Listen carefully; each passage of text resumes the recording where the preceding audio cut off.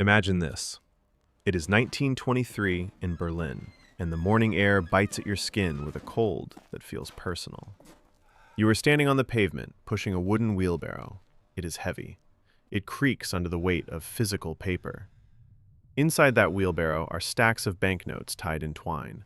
Millions, billions, trillions of marks. This is your life savings. This is the inheritance your grandfather left you. This is every hour of overtime you worked for the last decade. And right now, you are sweating, not from the exertion, but from the terror. You are sprinting toward the bakery because you know a secret that is tearing your stomach apart. You know that at 12 o'clock sharp, the exchange rate updates. You know that the price of a loaf of bread is currently 100 billion marks, but in 20 minutes it might be 200 billion. You see a man run past you, trip, and spill a suitcase full of cash into the gutter. He does not stop to pick up the money. He leaves the millions blowing in the wind and keeps running to get to the store. You hear a story about a woman who left her wheelbarrow outside a shop for 30 seconds to check the window display. When she turned back, someone had stolen the wheelbarrow but dumped the pile of money on the sidewalk. The wood was worth more than the fortune. Now stop imagining. This is not dystopian fiction, and this is not a dark fantasy novel. This is a forensic autopsy of a currency collapse. This is a cold, clinical look at what happens when the mathematics of a central bank breaks. We are looking at the pathology of money dying. From the denarius of Rome to the assignat of France, from the Weimar Republic to the streets of Caracas in Venezuela, the pattern is identical.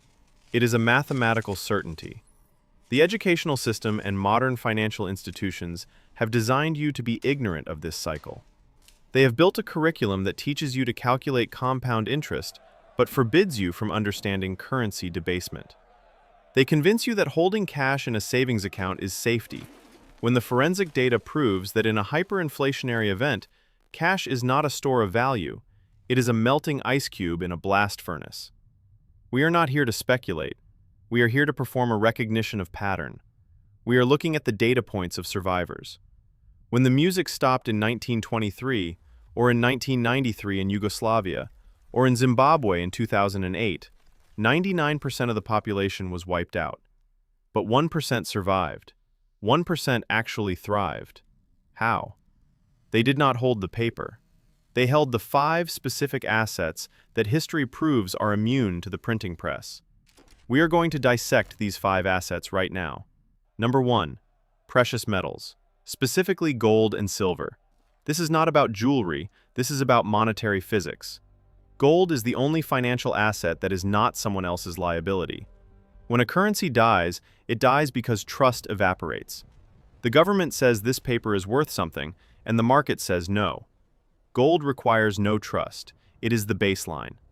In Weimar, Germany, while the mark went to zero, an ounce of gold bought the same amount of bread, the same suit of clothes, and the same block of real estate before, during, and after the crisis. It is the ultimate constant in a chaotic equation. Number 2, foreign hard currency. This is the logic of the sinking ship. If you are on the Titanic, you do not want to be in the best cabin. You want to be on the lifeboat. In every currency collapse, there is always another currency that is relatively stronger. In Venezuela, the bolivar became trash, but the US dollar became king. In 1923 Germany, those who held British pounds or American dollars could buy entire city blocks in Berlin for a handful of foreign bills. It is about exiting the burning building before the roof collapses. If you are realizing right now that everything you thought you knew about economic safety is actually a liability, and you want to arm yourself with the data that the banks are hiding, hit that subscribe button. We are building a bunker of information here. Number 3, productive stocks. This is where the logic gets contrarian. Most people think the stock market crashes during a collapse. In real terms, it might, but in nominal terms, equities are a hedge. Why? Because a company that makes soap or bread or energy has pricing power. If the currency devalues by 50%, the soap company raises the price of soap by 50%. Their earnings inflate along with the currency. You are owning a slice of a productive machine, not a static pile of paper. Number 4, real estate. This is tangible sovereignty. Land cannot be printed. Bricks cannot be debased by a central banker clicking a mouse. In every historical autopsy we have performed, we see that while financial assets vaporize, physical property remains. It might lose value relative to gold, but it will never go to zero. It provides shelter, it produces rent, and it survives the reset. It is the physical footprint that the digital storm cannot erase. Number 5. Essential commodities. This is the darkest part of the autopsy, but we must be clinical. When money fails, society reverts to the base layer of survival: food, energy, medicine, tools. In the worst stages of the collapse, you cannot eat gold and you cannot live in a stock certificate. The ultimate currency becomes utility. Items with a long shelf life that humans need to stay alive become the most valuable assets on the planet. This is the recognition that the economy is a layer of abstraction over biology. When the abstraction fails, biology takes over.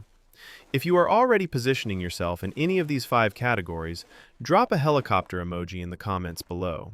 Let the community know you are watching the liquidity injection from above and you are not waiting to be crushed by it.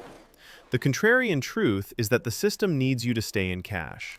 They need you to hold the bag while they inflate away their debt. It is an Ouroboros, a snake eating its own tail. The government prints money to pay debt, which causes inflation, which forces them to print more money to pay the higher prices. It is a loop of destruction. The masses are standing in line, trusting the paper. The forensic experts are looking at the charts, seeing the velocity of money spike, and moving into hard assets. The only question left is whether you will see this coming and prepare, or if you will be standing in the line at the bakery, staring at a price tag that has just added another zero, asking how a loaf of bread can cost billions. Imagine this. You are standing in the middle of a supermarket aisle.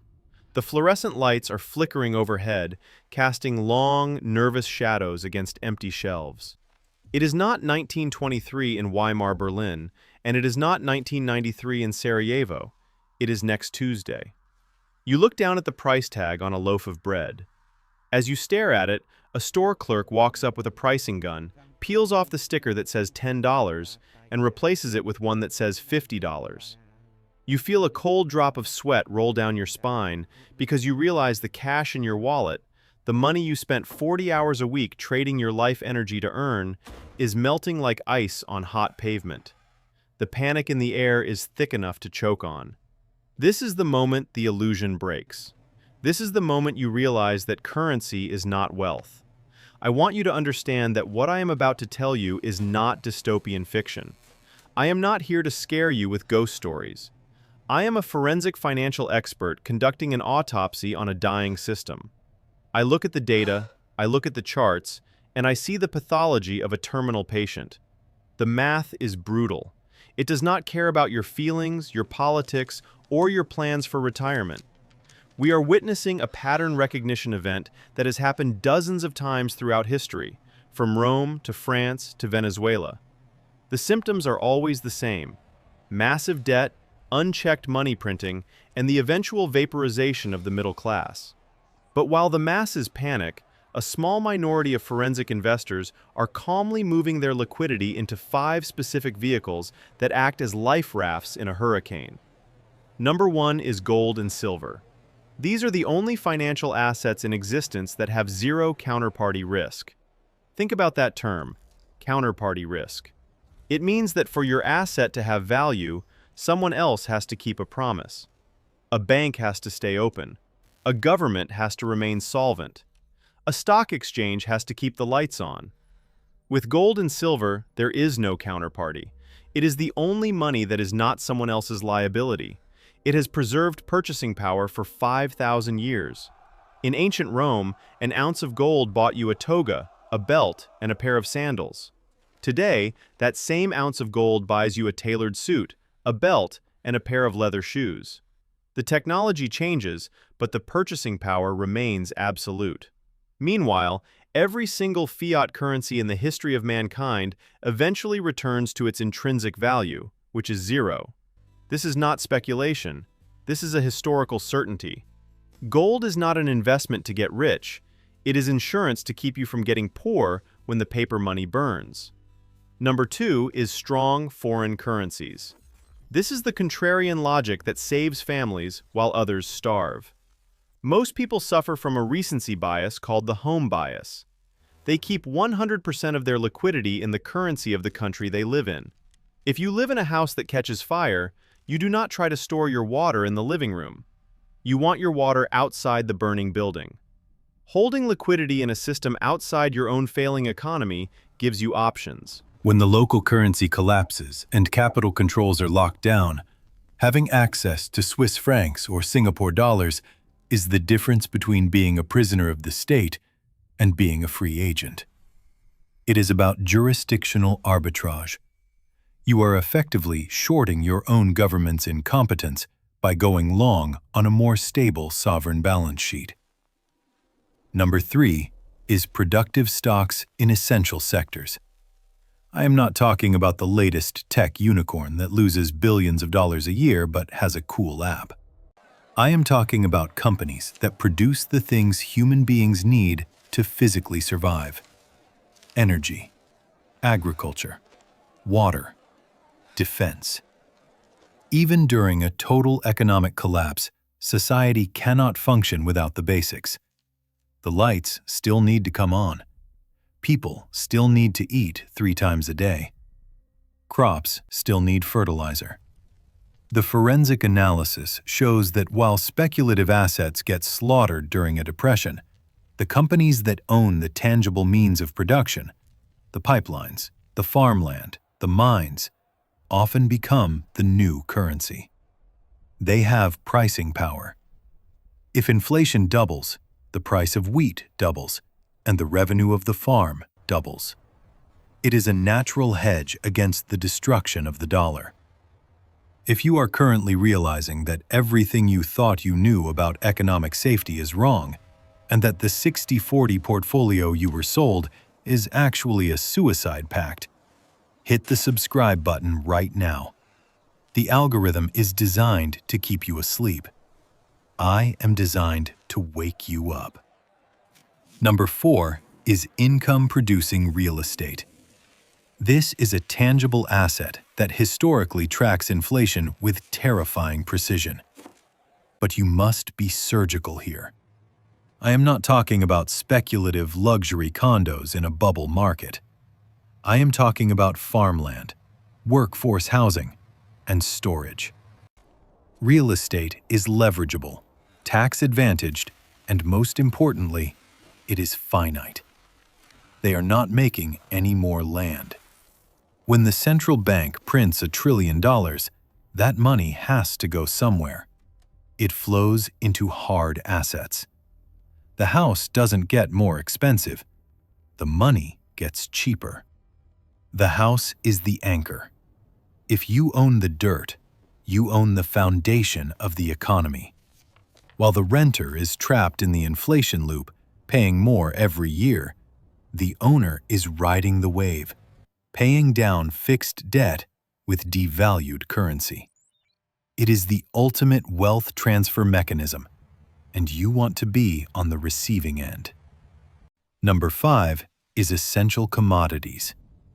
These are the overlooked survival assets that turn into the most valuable currency when the digital numbers in your bank account stop working. We are talking about things with a long shelf life that humans need to stay alive.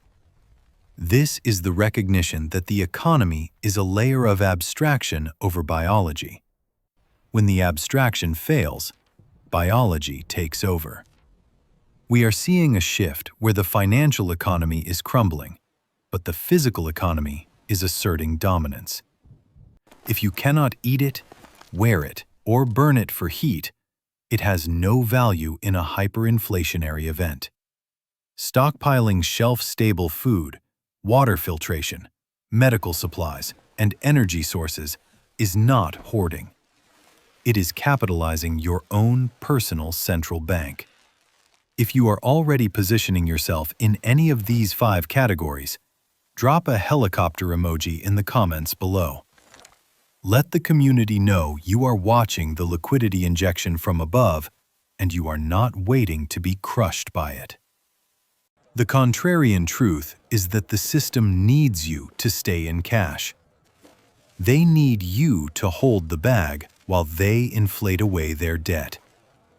It is an Ouroboros, a snake eating its own tail.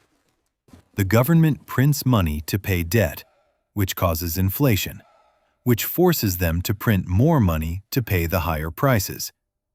It is a loop of destruction.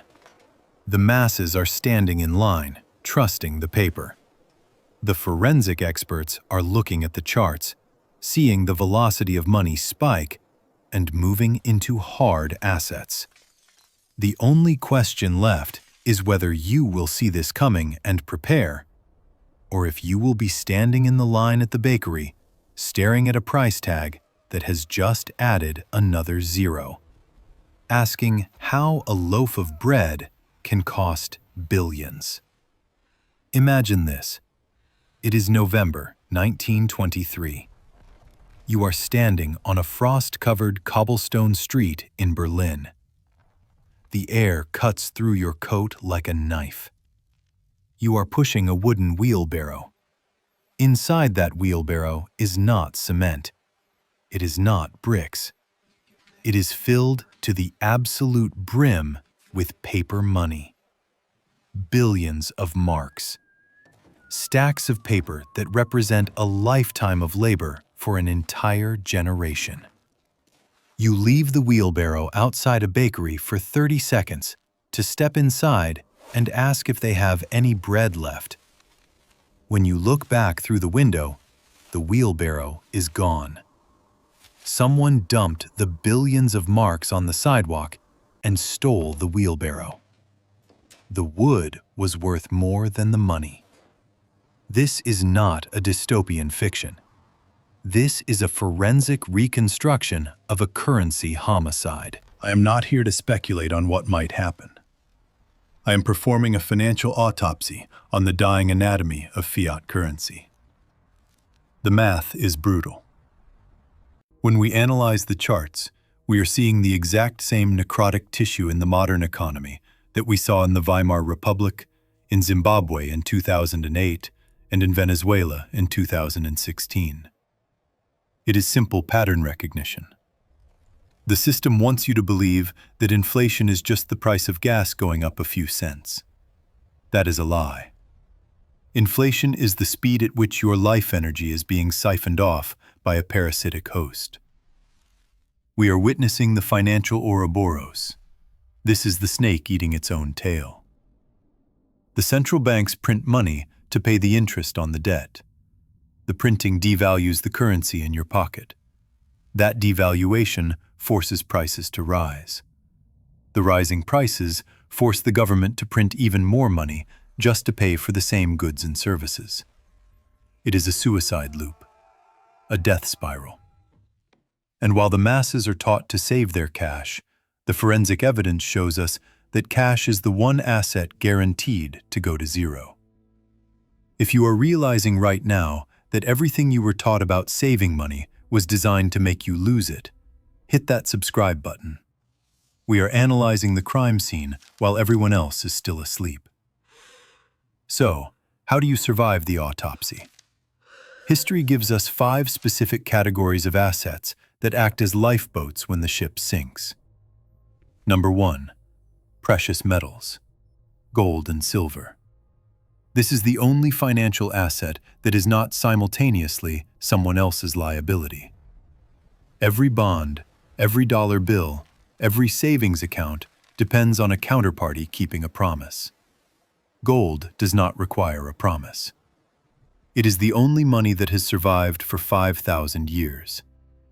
In 1923, an ounce of gold bought you a city block in Berlin. When the currency dies, gold is the heartbeat that keeps beating. Number 2. Strong foreign currencies. This is not about betting on a winner. It is about not betting everything on the loser. In a hyperinflationary event, the local currency becomes toxic waste.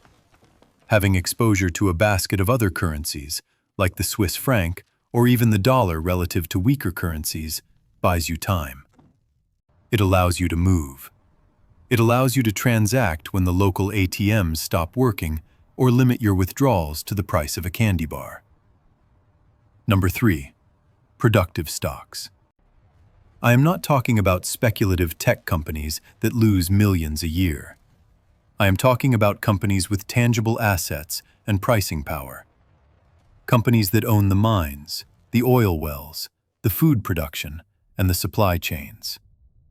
During the collapse of the German mark, while cash became trash, shares in industrial companies that made real things retained their value. People still need to eat. They still need energy. They still need medicine. You want to own the companies that provide the survival essentials because they can raise their prices to match the inflation.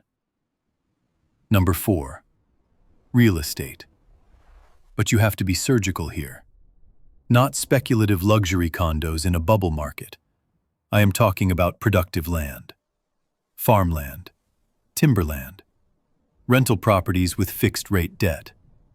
Inflation destroys the lender and saves the debtor. If you have a 30-year fixed mortgage, inflation inflates away your debt while the asset price rises. It is the greatest wealth transfer in history, but you have to be on the right side of the ledger. Number 5. Essential commodities. This is the most overlooked asset class. This includes energy, food, and the means to produce them. If you cannot eat it, wear it, or burn it for heat, it has no value in a hyperinflationary event. Stockpiling shelf-stable food, water filtration, medical supplies, and energy sources is not hoarding. It is capitalizing your own personal central bank. If you are already positioning yourself in any of these 5 categories, drop a helicopter emoji in the comments below. Let the community know you are watching the liquidity injection from above, and you are not waiting to be crushed by it. The contrarian truth is that the system needs you to stay in cash. They need you to hold the bag while they inflate away their debt. It is an Ouroboros, a snake eating its own tail. The government prints money to pay debt, which causes inflation, which forces them to print more money to pay the higher prices. It is a loop of destruction. The masses are standing in line, trusting the paper.